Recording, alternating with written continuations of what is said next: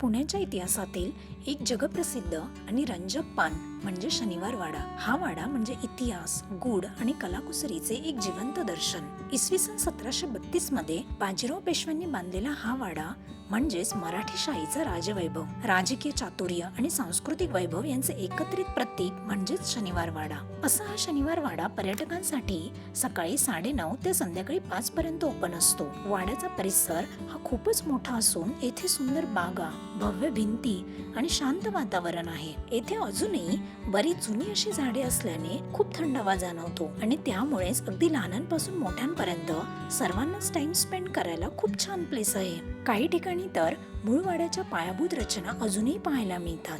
वाड्याच्या सभोवताली बरेच दरवाजे पाहायला मिळतात. त्यातील काही म्हणजे दिल्ली दरवाजा, हे मुख्य प्रवेशद्वार आहे. उत्तर दिशेला म्हणजे दिल्लीकडे तोंड करून असलेले.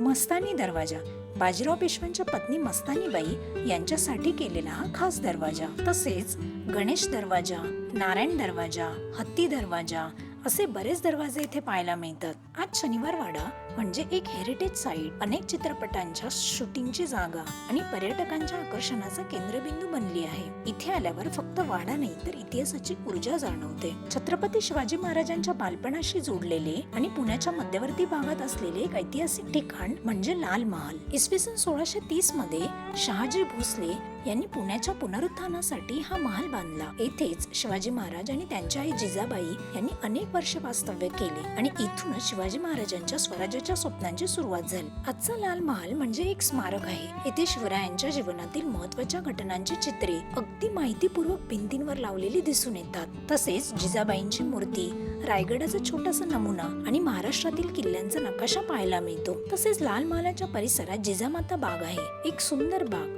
जिथे लहान मुले आणि ज्येष्ठ नागरिक आनंद घेतात.